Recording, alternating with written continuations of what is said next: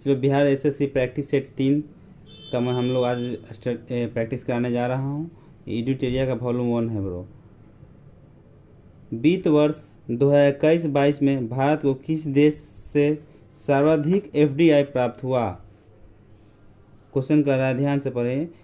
वित्त वर्ष 2021-2022 में भारत को किस देश से सर्वाधिक एफडीआई प्राप्त हुआ? ऑप्शन है अमेरिका, सिंगापुर, मॉरिशस, मालदीव।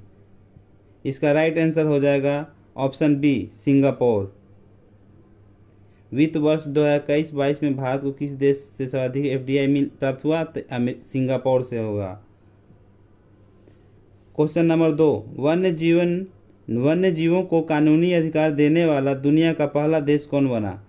देखिए क्वेश्चन को ध्यान से पढ़िए। वन्य जीवों को, जो जंगली जीवों है, वन्य जीव है जो वनों में रहते हैं, उसको कानूनी अधिकार देने वाला दुनिया का सबसे पहला देश कौन है? ऑप्शन दिया हुआ है फ्रांस, स्वीडन, इक्वाडोर, जर्मनी। इसका राइट आंसर हो जाएगा ऑप्शन सी, इक्वाडोर। आप लोग भी सेट मारते रहिएगा और कमेंट में ज़रूर लिखिएगा आप लोगों ने कितनी क्वेश्चन को आंसर दिया, ठीक है। और बीच बीच में चैनल को लाइक एंड सब्सक्राइब कर दें जो इस चैनल पर नए हैं। आपको बिहार एसएससी प्रैक्टिस सेट का सबसे पहले नोटिफिकेशन प्राप्त होगी, उसके लिए आपको बेल आइकन पर क्लिक करना है। चलिए क्वेश्चन नंबर 3, किस राज्य ने एक जिला एक शिल्प नामक अभियान शुरू किया? किस राज्य ने एक जिला एक शिल्प नामक अभियान शुरू किया? ऑप्शन है उत्तर प्रदेश, बी मध्य प्रदेश, सी झारखंड, डी उड़ीसा। इसका राइट आंसर हो जाएगा option B, Madhya Pradesh.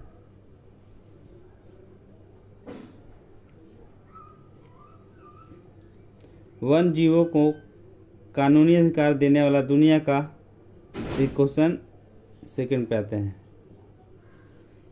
One जीवों को कानूनी अधिकार देने वाला दुनिया का पहला देश कौन सा है? Ecuador. Option third, question number 3, किस राज्य के एक जिला एक शिल्प नामक अभियान शुरू किया? मध्य प्रदेश। चलिए हम लोग क्वेश्चन नंबर 4 में है। निम्नलिखित में से किस नदी पर विश्व के सबसे ऊंचे रेल पुल का निर्माण किया जा रहा है?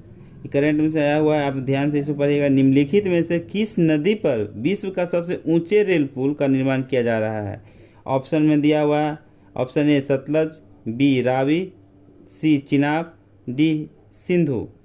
बहुत ही इंपॉर्टेंट क्वेश्चन है, यह आपको सारे एग्जाम में पूछे जाने की संभावना है। इसे आप लोग अवश्य ऐसे अवश्य याद रखिए। इसका ऑप्शन कमेंट, इसका आंसर बताइए। निम्नलिखित में से किस नदी पर विश्व के सबसे ऊंचे रेल पुल का निर्माण किया गया है? इसका राइट आंसर हो जाएगा चिनाब, ऑप्शन सी।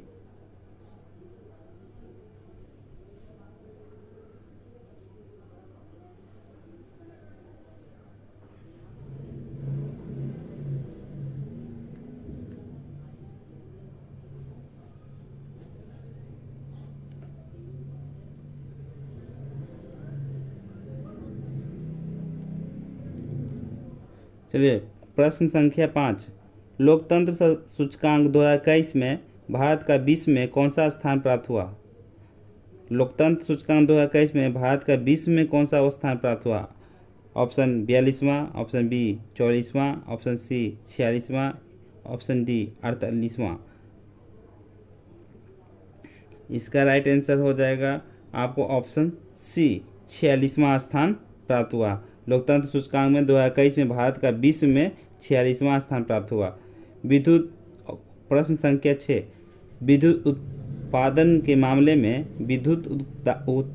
मामले में भारत का विश्व में कौन सा स्थान प्राप्त हुआ? विद्युत उत्पादन, इलेक्ट्रिसिटी जनरेशन के मामले में भारत का विश्व में कौन सा स्थान हुआ? ए प्रथम, बी दूसरा, सी तीसरा, डी चौथा। ब्रो तो आप लोग पढ़े होंगे कि विद्युत उत्पादन में भारत का 20 में तीसरा स्थान प्राप्त हुआ है। तो इसका राइट आंसर हो जाएगा ऑप्शन सी। केंद्रीय प्रत्यक्ष कर बोर्ड सीबीडीटी का नया अध्यक्ष किसे नियुक्त किया गया है? यहाँ बोल रहा है कि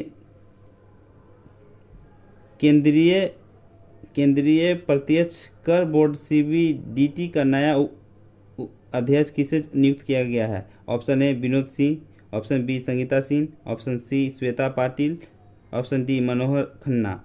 इसका राइट आंसर हो जाएगा आपको ऑप्शन बी संगीता सिन्हा। प्रश्न संख्या 8। 6 विकेट विश्व कप में भाग लेने वाली दुनिया की पहली महिला क्रिकेटर कौन बनी? Option A Debbie Hockley, option B Charlotte Edwards, option C Mithali Raj, option D Harpreet Kaur. Question पूछ रहा है 6 विकेट विश्व कप में भाग लेने वाली दुनिया की पहली महिला क्रिकेटर कौन बनी? महिला क्रिकेटर में 6 विकेट विश्व कप में लेने वाली मिताली राज है। तो इसका राइट आंसर आपको ऑप्शन सी हो जाएगा। बिहार आर्थिक सर्वेक्षण 2021 से 22 के अनुसार मक्का उत्पादन में बिहार का स्थान क्या है? ऑप्शन ए पहला, ऑप्शन बी दूसरा, ऑप्शन सी तीसरा, ऑप्शन डी चौथा। तो मक्का उत्पादन में बिहार राज्य का स्थान तीसरा है, यानी option C is the right answer.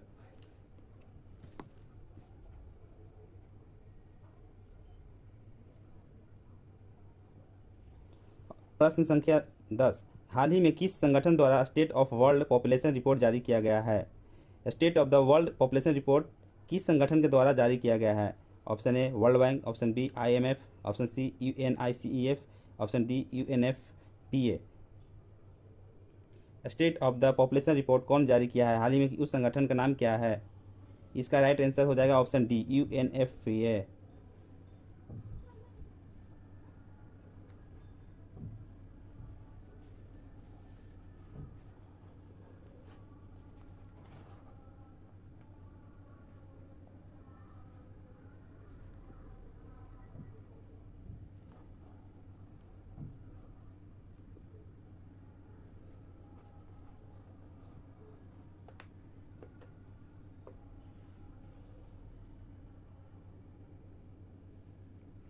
प्रश्न संख्या 11। वायु में वायुयान एवं पक्षी के मध्य टक्कर से वायुयान की तुलना में पक्षी द्वारा अनुभव होने वाला बल है।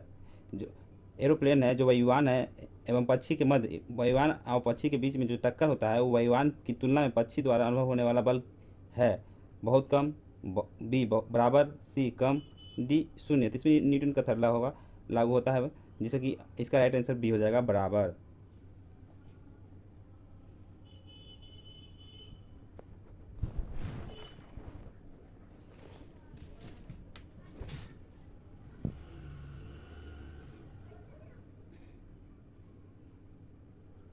चलिए प्रश्न संख्या 12।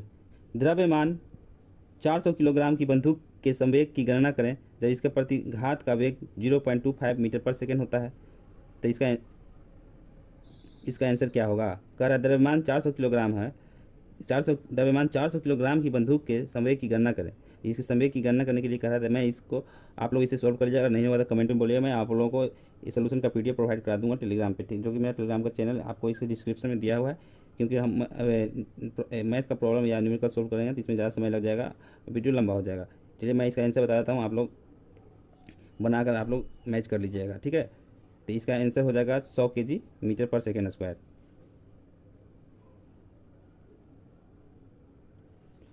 एक वस्तु के जड़त्व की प्रत्यक्ष निर्भरता है। एक वस्तु का जड़त्व की प्रत्यक्ष निर्भरता क्या है? द्रव्यमान पर, वेग पर, आयतन पर या संवेग पर। तो इसका राइट आंसर संवेग पे हो जाएगा। इसका राइट आंसर ऑप्शन डी है।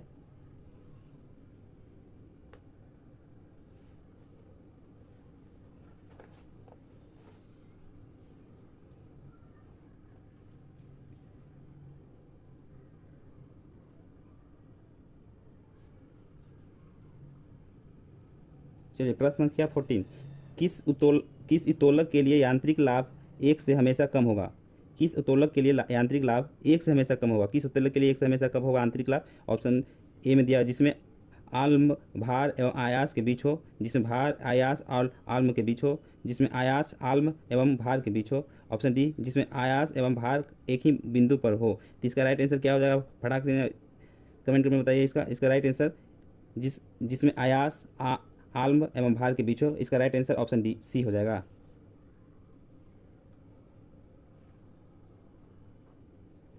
चलिए प्रश्न संख्या 15, क्वांटम सिद्धांत का प्रतिपादन किस वैज्ञानिक ने किया था? क्वांटम सिद्धांत का प्रतिपादन किस वैज्ञानिक ने किया था?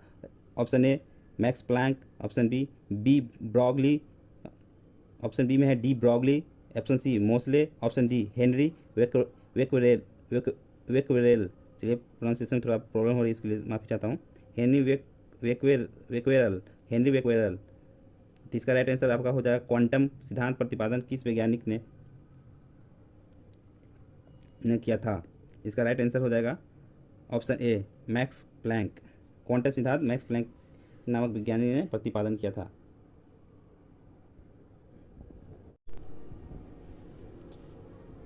एक अर्धचालक में विद्युत चालन होता है केवल इलेक्ट्रॉन द्वारा, केवल होल द्वारा, सी इलेक्ट्रॉन और होल दोनों द्वारा, इनमें से कोई नहीं। तो इसका राइट आंसर ऑप्शन सी हो जाएगा, इलेक्ट्रॉन और होल दोनों द्वारा।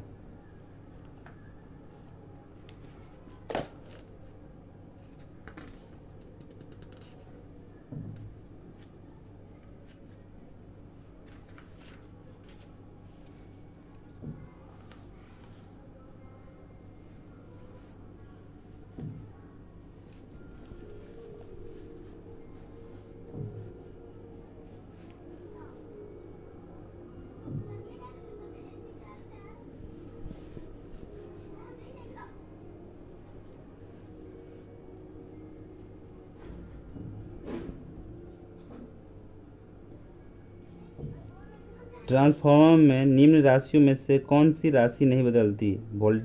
ऑप्शन ए वोल्टता, ऑप्शन बी धारा, ऑप्शन सी आवृत्ति, इनमें से कोई नहीं। तो इसका राइट आंसर हो जाएगा आपको ऑप्शन सी आवृत्ति। इसमें आवृत्ति चेंज नहीं करती, आवृत्ति का राशि बदलती नहीं है, आवृत्ति सेम का सेम रहती है।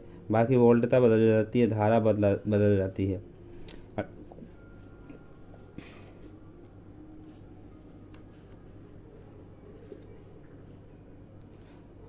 प्रश्न संख्या 18, जल सतह पर तेल की पतली परत रंगीन क्यों दिखाई देती है?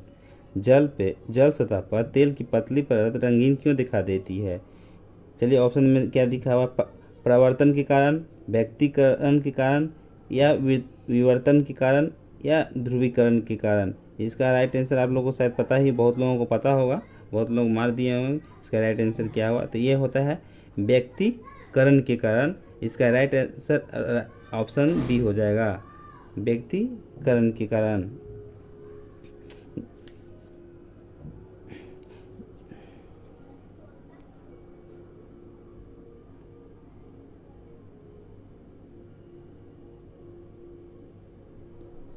चलिए क्वेश्चन नंबर 19, प्रश्न संख्या 19, निम्नलिखित ग्रंथियों में से टायलिन एंजाइम का स्रोत क्या है?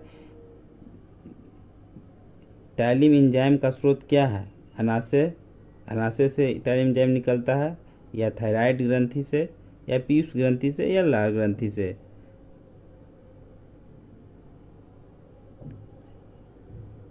ये होता है जो टायलिन एंजाइम है, ये पीयूष ग्रंथि से निकलता है। इसका राइट आंसर सी हो जाएगा।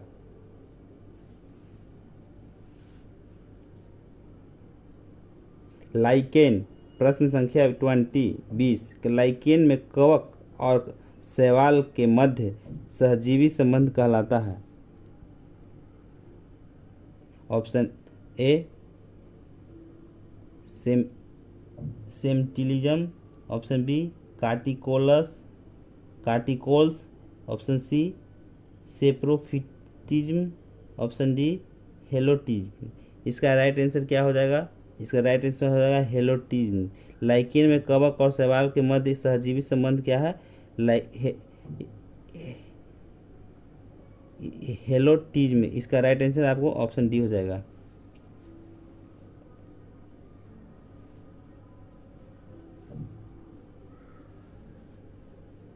प्रश्न संख्या 21, कोशिका के बारे में निम्न में से कौन सा कथन सही नहीं है। इसमें प्रश्न को बहुत ध्यान से पढ़िएगा।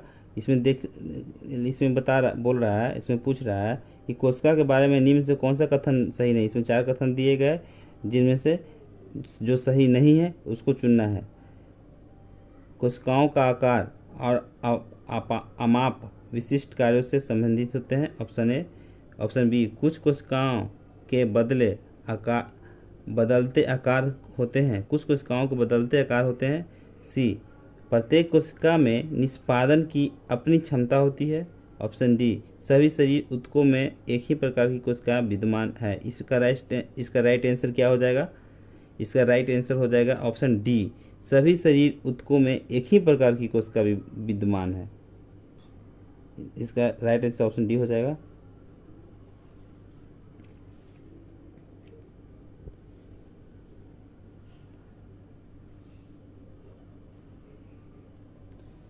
प्रश्न संख्या 22, विषाणु में निम्नलिखित में से कौन सी एक विशेषता नहीं होती है? डीएनए आरएनए की मौजूदगी। ऑप्शन बी, परपोषी कोशिका के भीतर प्रजनन। ऑप्शन सी, स्वभाव में पूरी तरह परजीवी। ऑप्शन डी, कोशिका भित्ति की मौजूदगी। इसका राइट आंसर ऑप्शन डी हो जाएगा, कोशिका भित्ति की मौजूदगी।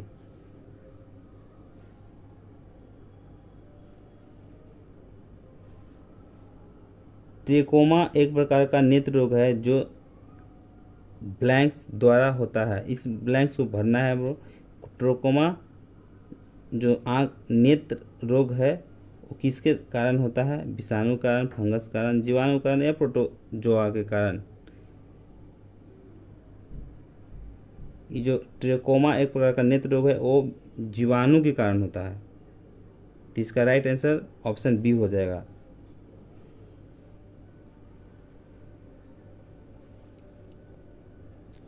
निम्न प्रश्न संख्या 24, निम्न में से कौन एक सही कथन नहीं है?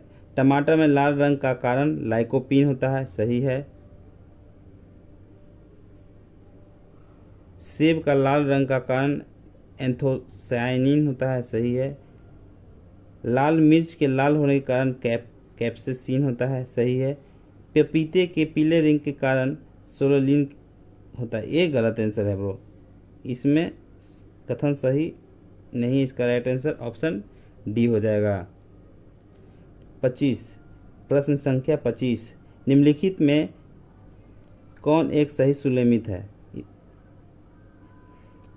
निम्नलिखित में पूछ रहा है कि इसमें से कौन एक सही सुलेमित है। ऑप्शन ए, एपीकल्चर मधुमक्खी पालन, गलत है। ऑप्शन बी, पोमोलॉजी फलों की खेती, गलत है। पेमोलॉजी फलों की खेती सही है। इसका राइट आंसर गलत है सॉरी। क्या कर रहा है क्वेश्चन, फिर से पढ़ लेते हैं। निम्नलिखित में कौन एक सही सुलेमित है? इसमें सही सुलेमित पूछ रहा है, ठीक है। इसमें सही सुलेमित पूछ रहा था, एक सही सुलेमित है। एपीकल्चर मधुमक्खी के बारे में सही है। पोमोलॉजी फलों की खेती सही है। जेरोटोलॉजी वृद्ध व्यक्तियों का अध्ययन, तो इसमें से सारे सही है ब्रो। तो इसका राइट आंसर ऑप्शन डी हो जाएगा।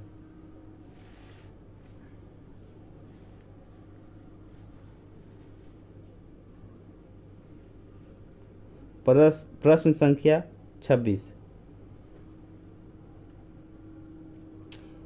पोस्वाह फ्लोएम एक संदर्भ में निम्नलिखित में से कौन सा कथन सही है? पोस्वाह फ्लोएम के संदर्भ में नीचे दिए गए चारों ऑप्शन में से कौन सा ऑप्शन सही है? ऑप्शन फर्स्ट में दिया हुआ है, फ्लोएम जल एवं खनिजों का वहन करता है, ठीक है। ऑप्शन बी, फ्लोएम प्रकाश संश्लेषी उत्पादों का वहन करता है। ऑप्शन डी, फ्लोएम एक साधारण उत्तक है। ऑप्शन डी, फ्लोएम एक पादप को बल प्रदान करता है। तो इसका राइट आंसर ऑप्शन बी हो जाएगा। फ्लोएम प्रकाश संश्लेषी उत्पादनों का वहन करता है। इसका राइट आंसर ऑप्शन बी हो जाएगा। गुणसूत्र में क्रोमैटिड्स जिस बिंदु पर संलग्न होते हैं उस बिंदु का नाम क्या है? गुणसूत्र में क्रोमैटिड्स जिस बिंदु पर संलग्न होते हैं उस बिंदु का नाम क्या है? Option A matrix, option B pellicle, option D chromonemata, option D centromere. इसका राइट आंसर हो जाएगा ऑप्शन डी सेंट्रोमियर। गुणसूत्र में क्रोमैटिड्स सेंट्रोमियर बिंदु पर संलग्न करता है।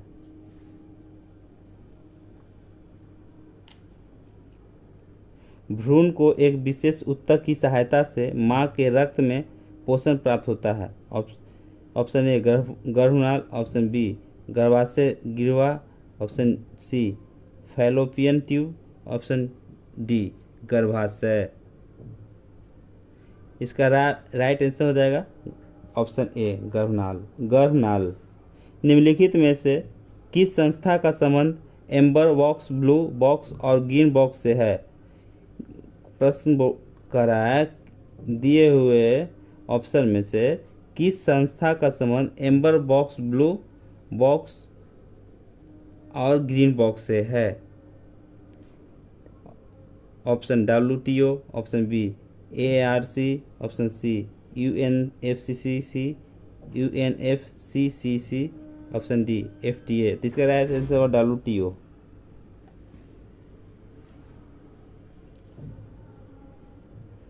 तारापोर समिति का संबंध किस में से किससे है? तारापोर समिति का संबंध किससे में से किससे है? अधिमूल्यन, ऑप्शन बी मुद्रा की पूर्ण परिवर्तनीयता, ऑप्शन सी विशेष हरण अधिकार, ऑप्शन डी विदेशी मुद्रा भंडार। तो इसका राइट आंसर ऑप्शन बी हो जाएगा मुद्रा की पूर्ण परिवर्तनीयता।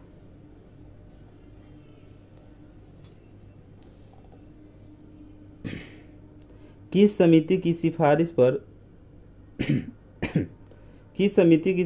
पर भारतीय बीमा विनियामक और विकास प्राधिकरण की स्थापना की गई? किस समिति की सिफारिश पर भारतीय बीमा विनियामक और विकास प्राधिकरण की स्थापना की गई? ऑप्शन ए नचिकेता मोर समिति, ऑप्शन बी सी रंगराजन समिति, ऑप्शन सी RN मल्होत्रा समिति, ऑप्शन डी इनमें से कोई नहीं।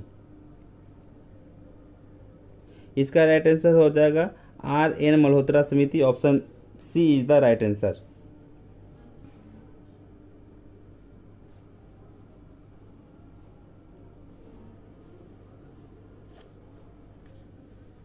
निम्न में से किस समिति का संबंध मुद्रा आपूर्ति की अवधारणा में परिवर्तन से है?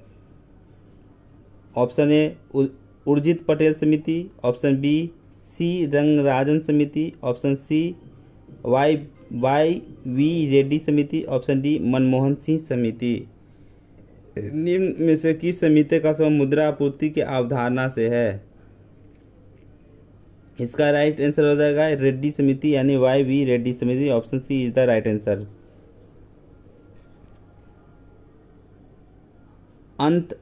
प्रश्न संख्या 33, अंत्योदय अन्न योजना को किस वर्ष से लागू किया गया था? अंत्योदय अन्न योजना अन्न माने अनाज, अन्न योजना को किस वर्ष से लागू किया गया था? 2000, 2005, ऑप्शन सी 2007, ऑप्शन डी 2010। तो इसका राइट आंसर हो जाएगा 2000, option A is the right answer. प्रश्न संख्या 34 यानी 34, निम्नलिखित विकल्पों में से वह शब्द चुनिए जो दिए गए शब्द के अक्षर का प्रयोग करके नहीं बनाया जा सकता। ये रीजनिंग का क्वेश्चन है। रीजनिंग का क्वेश्चन मैं आप लोगों का PDF के तौर पर टेलीग्राम पर उपलब्ध मिल जाएंगे। आप वहां से आप जाके सोल्व कर सकते हैं, मिला सकते हैं। वीडियो लंबा होने के कारण से हम लोग सिर्फ GK GS का ही क्वेश्चन सोल्व कर रहा हूँ। चलिए अब 33 तक था, उसके बाद अब 108 से है।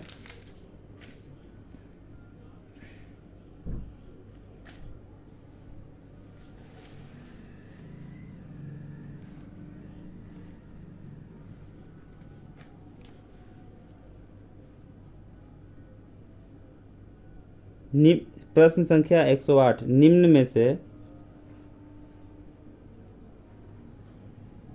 निम्न में से कौन सी धातु अम्ल से हाइड्रोजन गैस H2 विस्थापित करती है? ऑप्शन है Mg, option B copper, option D Pt, option D Hg। इसका राइट आंसर हो जाएगा ए। नौसादर और नमक के मिश्रण से नौसादर पृथक कर सकते हैं।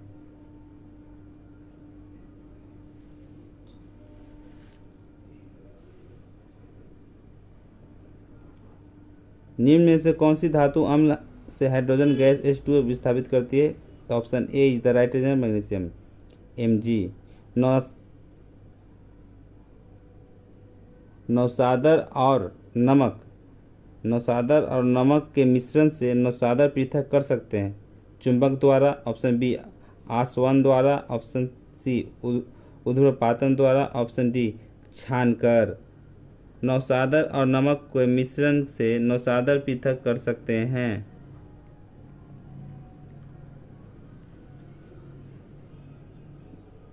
ऊर्ध्वपातन द्वारा, option C is the right answer. नौसादर और नमक के मिश्रण से नौसादर पृथक कर सकते हैं ऊर्ध्वपातन द्वारा। प्रश्न संख्या 110, प्रोटॉन पर आवेश होता है। प्रोटॉन पर किसका आवेश होता है? इलेक्ट्रॉन के आवेश के समान होता है, इलेक्ट्रॉन के आवेश के विपरीत होता है, न्यूट्रॉन के आवेश के समान होता है, ऑप्शन डी नहीं होता है। इसका right answer is the option B हो जाएगा, इलेक्ट्रॉन के आवेश के विपरीत होता है।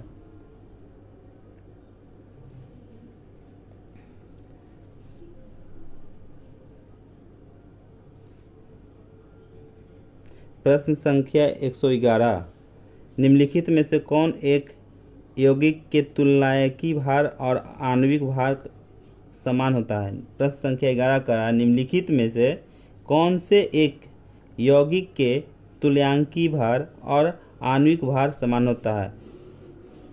Option A NaCl, option B CaCl2, option C H2SO4, option D Na2SO4।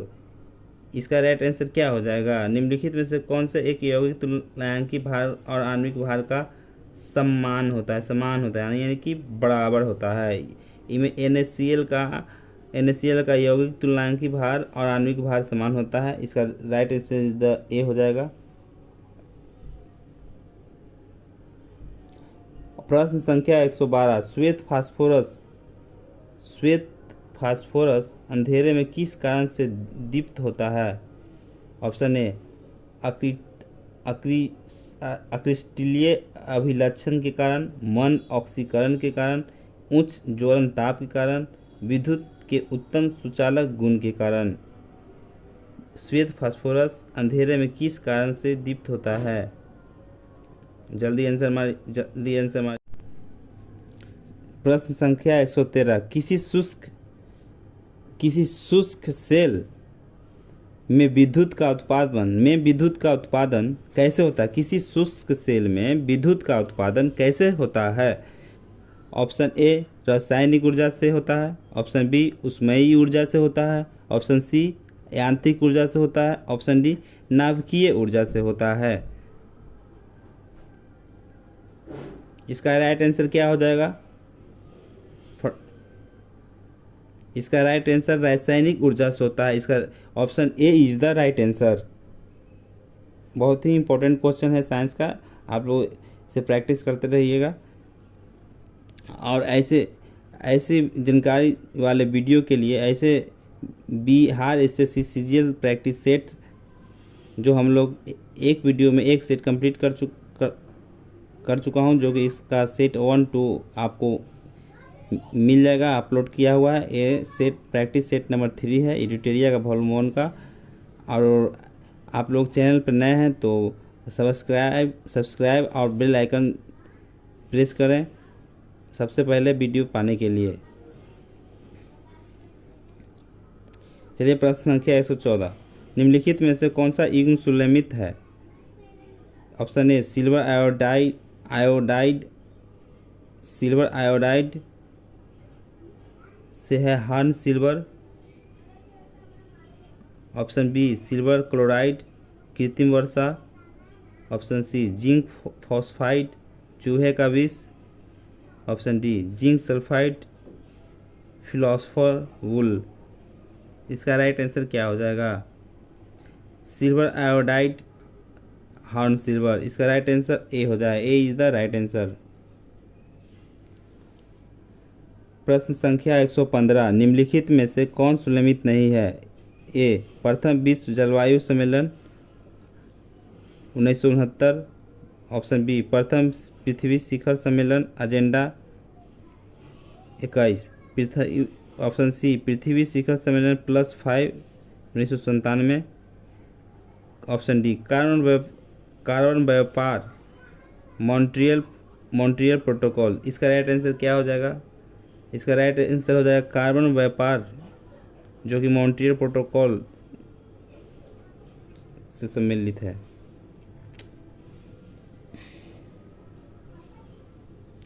चलिए प्रश्न संख्या 116, निम्न में से किस जलवायु परिवर्तन का क्रायोजेनिक संकेतक प्राप्त किया जा सकता है? निम्न में से किससे जलवायु परिवर्तन का क्रायोजेनिक संकेतक प्राप्त किया जाता है? Option A ice core. Option B वृक्ष वलय वृद्धि। ऑप्शन सी जीवाश्मित पराग। ऑप्शन डी इवेपोराइट निक्षेप।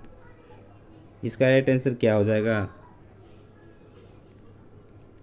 इसका right answer ice core. Option A is the right answer.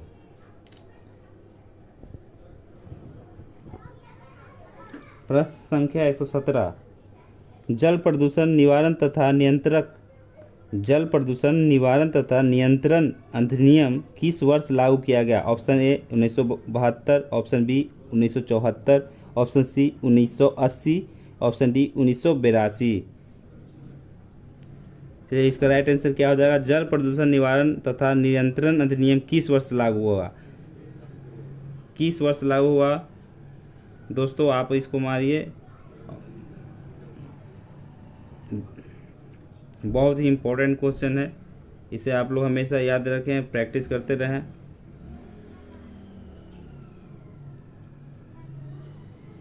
इसका राइट आंसर हो जाएगा 1974। Option B is the right answer. आपको 30 सेकंड से ज़्यादा समय नहीं दिया जाएगा ऑप्शन मारने के लिए, थोड़ा जल्दी जल्दी ऑप्शन मारिए और कमेंट में ज़रूर बताइए कि आपने कितने सही किए।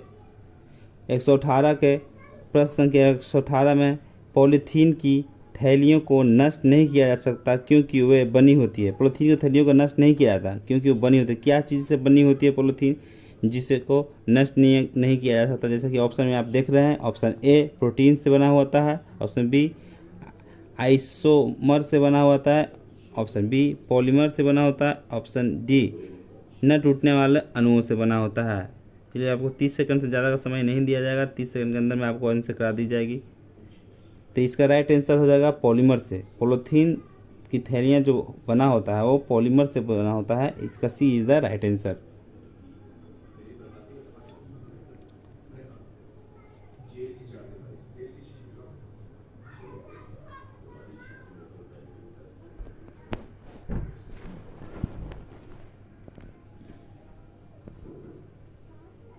चलिए प्रश्न संख्या 119,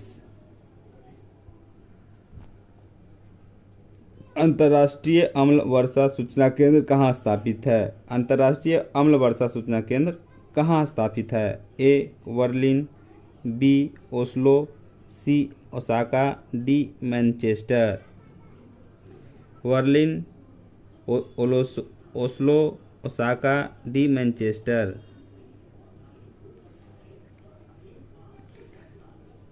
इसका राइट आंसर हो जाएगा Manchester. Option C D is the right answer.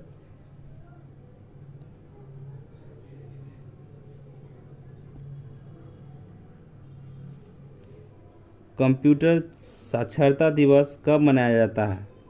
Computer साक्षरता दिवस कब मनाया जाता है? 1 दिसंबर, 2 दिसंबर, 3 दिसंबर, 4 दिसंबर। कंप्यूटर साक्षरता दिवस कब मनाया जाता है? 2 दिसंबर। B is the right answer. प्रश्न संख्या 121। फेडरेशन कप किस खेल से संबंधित है? फेडरेशन कप किस खेल से संबंधित है? Football, B table tennis, C basketball, D hockey. Federation cup किस खेल से संबंधित है? Table tennis. B is the right answer. Channel पर नए हैं तो चैनल को लाइक एंड सब्सक्राइब करें। आपको सब्सक्राइब करने का मैंने कोई पैसा नहीं लेता हूं ब्रो, नहीं कोई प्लान करता हूं कि रिचार्ज करें। बस आपका एक लाइक एक सब्सक्राइब ही मेरे को मोटिवेशन देता है। मैं आप लोगों के लिए इतना मेहनत करता हूं, तो आप लोग एक लाइक तो एक सब्सक्राइब तो कर ही सकते हैं। आपकी इस एक सब्सक्राइब से हमें हम लोग को मोटिवेशन मिलती है आगे और अच्छे से अच्छे वीडियो और प्रैक्टिस सेट आप लोगों के सामने लाएं। चलिए, चैनल पर नए हैं तो लाइक और सब्सक्राइब कीजिए। चलिए, प्रश्न संख्या 122। प्रिंसिपिया पुस्तक के लेखक हैं। प्रिंसिपिया पुस्तक का लेखक कौन है? न्यूटन, बी प्लूटो, सी दंती, डी अल्बर्ट आइंस्टाइन। चलिए, प्रिंसिपिया पुस्तक का लेखक कौन है? प्रिंसिपिया पुस्तक के लेखक न्यूटन है। Option A is the right answer. प्रश्न संख्या 123। खेल प्रशिक्षण के क्षेत्र में दिए जाने वाला पुरस्कार है। खेल प्रशिक्षण के क्षेत्र में दिए जाने वाला पुरस्कार क्या है? ये ऑप्शन में दिया हुआ है, उसको देखकर आपको आंसर करना है। ठीक है, चलिए, ऑप्शन ए राजीव गांधी खेल रत्न पुरस्कार, बी अर्जुन पुरस्कार, सी द्रोणाचार्य पुरस्कार, डी ध्यानचंद पुरस्कार। तो इसका आंसर क्या हो जाएगा? इसका आंसर हो जाएगा द्रोणाचार्य पुरस्कार। Option C is the right answer. चलिए, 124। प्रश्न संख्या 124। पेट्रोलियम उत्पादक देशों का संगठन ओपेक का मुख्यालय कहाँ है? पेट्रोलियम उत्पादक देशों का संगठन ओपेक का मुख्यालय कहाँ है? पेट्रोलियम उत्पादक देशों का संगठन कहाँ है? ओपेक का मुख्यालय कहाँ है? जल्दी बताइए, आपको आंसर ऑप्शन दिया हुआ है। ए ऑप्शन में जिनेवा, बी में लुसाने, सी में वियना, डी में ब्रुसेल्स। ऑप्शन वियना में है। Option C is the right answer.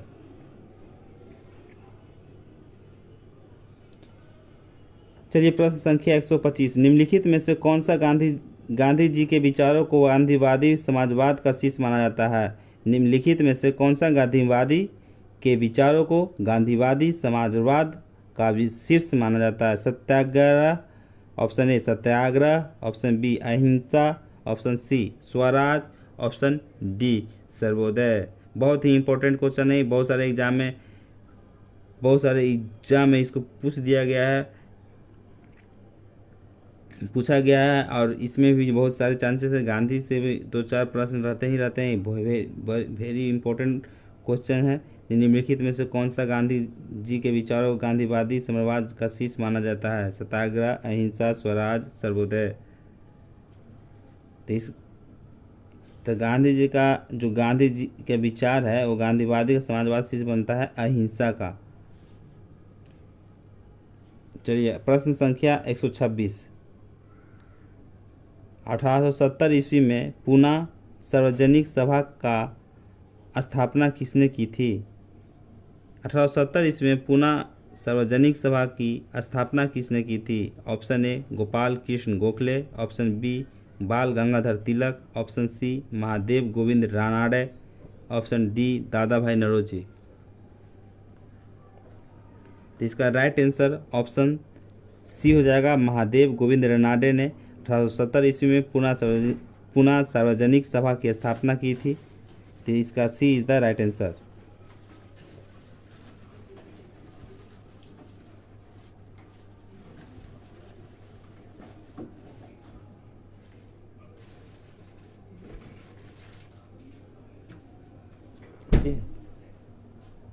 मिठाई लाइन तो लेके आ जाए।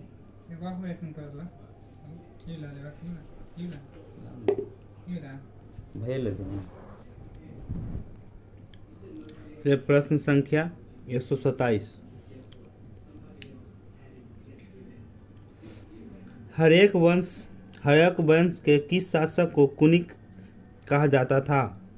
चलो, बहुत ही इम्पोर्टेंट क्वेश्चन है, बहुत ही आसान भी है, आपने पढ़ा भी होगा, बहुत लोगों को पता भी होगा कि हर्यक वंश के किस शासक को कुनिक कहा जाता था। Option A Bimbisara, option B Ajatashatru, option C Udayan, option D Ashok.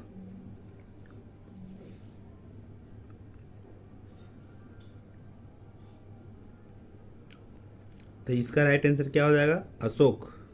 Ashok के कुनिक, अशोक शासक को भी कुनिक, अशोक शासक को ही कुनिक शासक से संबोधित करते थे लोग।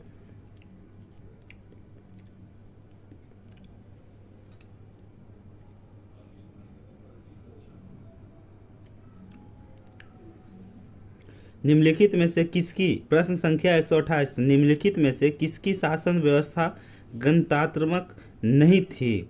ऑप्शन ए पूछ रहा है कि किस शासक की व्यवस्था गणतांत्रिक नहीं थी, यानी कि option A Magadh, option B Kapilavastu के शाक्य, ऑप्शन सी कुशीनगर के मल्ल, ऑप्शन डी वैशाली की लिच्छवी।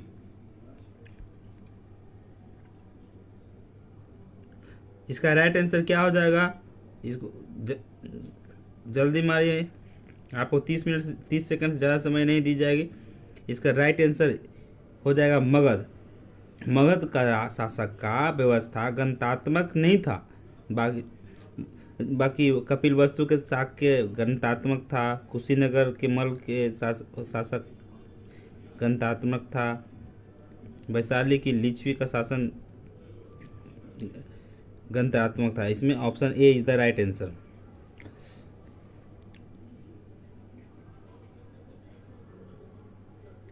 सर टॉमस रो तथा हॉकिंस किसने शासन काल में भारत आए थे?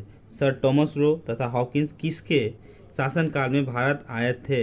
ए अकबर, बी शाहजहां, सी जहांगीर, डी औरंगजेब। ध्यान से पढ़िएगा और इसे सोल्व करें फास्ट। बहुत ही इंपॉर्टेंट क्वेश्चन है। एक क्वेश्चन भी बहुत सारे एग्जाम में पूछे गए हैं और फुल चांसेस है बिहार SSC CGL एग्जाम में भी ये क्वेश्चन पूछे जाएंगे। तो ऐसे क्वेश्चन को बहुत ही इंपॉर्टेंट क्वेश्चन माने जाते हैं। इसको ध्यान से पढ़िएगा और बीच बीच में आप इसको रिवीजन करते रहिएगा ताकि आपके माइंड से क्वेश्चन निकले नहीं। तो टॉमस रो और हॉकिंस जहांगीर के शासनकाल में आए थे। Option C is the right answer. प्रश्न संख्या 131। अगस्त 1932 में रैमजे मैकडोनाल्ड के सांप्रदायिक पंचायत के द्वारा पहली बार एक पृथक निर्वाचन समूह बनाया गया। ए मुसलमानों के लिए, बी भारतीय ईसाइयों के लिए, सी एंग्लो इंडियंस के लिए, डी अछूतों के लिए। इसका राइट आंसर क्या हो जाएगा? जल्दी बोलिए। इसका राइट आंसर हो जाएगा अछूतों के लिए। इसका राइट आंसर ऑप्शन डी हो जाएगा।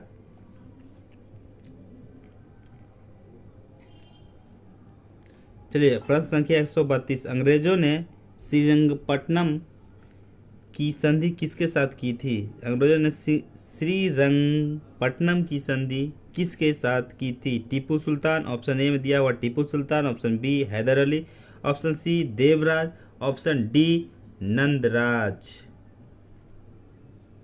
तो इसका राइट आंसर क्या हो जाएगा? आप जल्दी से सोल्व कीजिए इसे। इसका राइट आंसर ऑप्शन ए हो जाएगा, टीपू सुल्तान। श्रीरंगपट्टनम की संधि टीपू सुल्तान के साथ की थी अंग्रेजों ने। चलिए, प्रश्न संख्या 133 में आ जाता हूँ। प्रश्न संख्या 133 में आ जाता हूँ। 133 में प्रश्न संख्या में है नालंदा विश्वविद्यालय।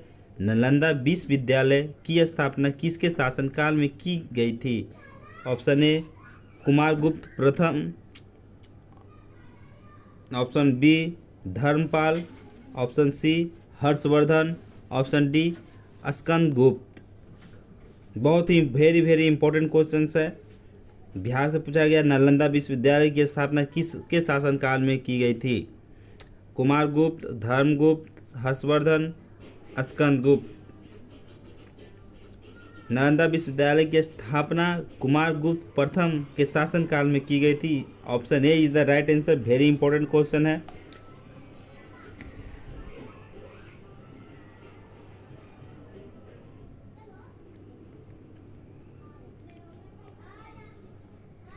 चलिए प्रश्न संख्या 134, निम्नलिखित में से किसने 1873 ईस्वी में सत्य शोधक समाज की स्थापना की थी? 1873 में सत्य शोधक समाज की स्थापना की थी। Option A Gopal Krishna Gokhale, option B Jyotiba Phule, option C Shivnath Shastri, option D Rajendra प्रसाद।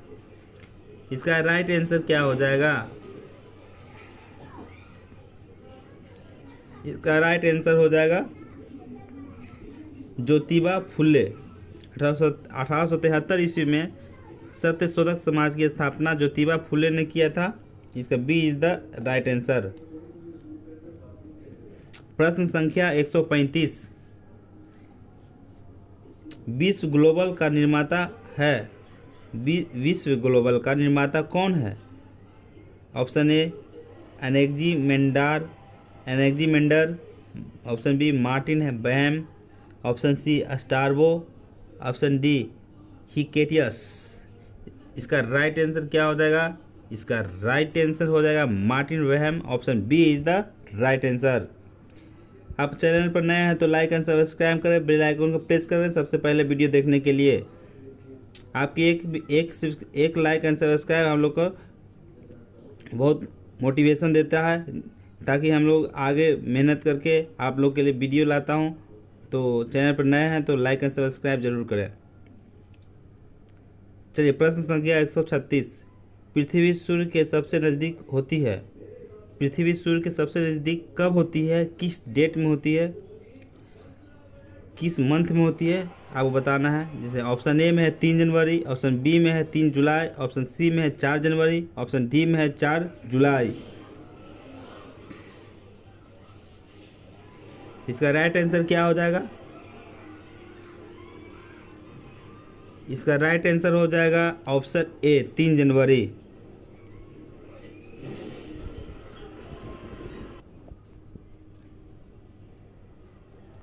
प्रश्न संख्या 137, 137, निम्नलिखित में से कौन अवसादी चट्टान नहीं है? ऑप्शन ए अवसादी चट्टान नहीं है पूछ रहा है, क्वेश्चन को ध्यान से पढ़िएगा। अवसादी चट्टान है नहीं है पूछ रहा है, ठीक है। तो ऑप्शन ए बलुआ पत्थर, ऑप्शन बी चूना पत्थर, ऑप्शन सी लिग्नाइट कोयला, ऑप्शन डी क्वार्टजाइट। इसका राइट आंसर क्या हो जाएगा? फास्ट बताएं। इसका राइट आंसर ऑप्शन डी हो जाएगा, क्वार्टजाइट हो जाएगा। चलिए प्रश्न संख्या 150, किस संविधान संशोधन द्वारा राष्ट्रपति को कोई भी मामला मंत्रिपरिषद द्वारा पुनः विचार किए जाने के लिए वापस भेजने के लिए अधिकार दिया जाता है?